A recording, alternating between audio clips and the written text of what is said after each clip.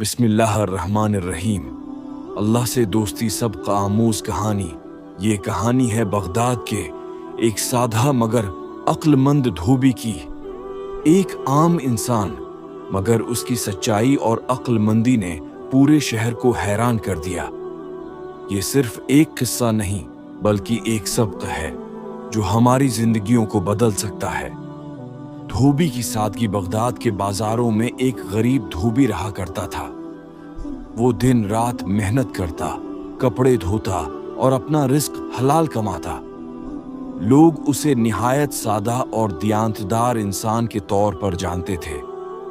आजमाइश। एक दिन ऐसा वक्त आया जब धोबी को एक बड़ी आजमाइश का सामना करना पड़ा। उसके पास एक अमीर शख्स ने अपने कीमती कपड़े धुलने के लिए दिए। कपड़ों में से एक कपड़े की जेब से सोने के सिक्के निकल आए। अब धोबी चाहता तो उन सोने के सिक्कों को अपने पास रख सकता था। कोई गवाह नहीं था, कोई देखने वाला नहीं था, लेकिन धोबी के दिल में खौफे खुदा और ईमान की रोशनी मौजूद थी। सच्चाई और ईमानदारी।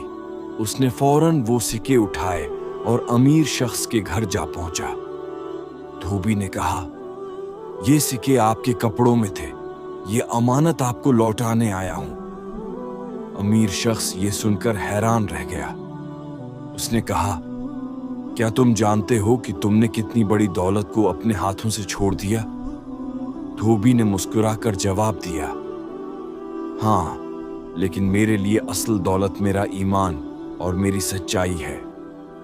इंजाम और सबक। ये वाकया पूरे बगदाद में फैल गया।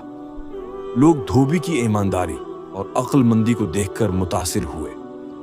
ये कहानी हमें याद दिलाती है कि रिस्क सिर्फ मेहनत और दियानत में है और असल इज्जत वो है जो अल्लाह के नजदीक है। इख्तिताम। दोस्तों, ये सिर्फ धोबी की कहानी नहीं, ये सबक है कि सच्चाई, सब्र और ईमान हर हाल में कामयाबी दिलाते हैं।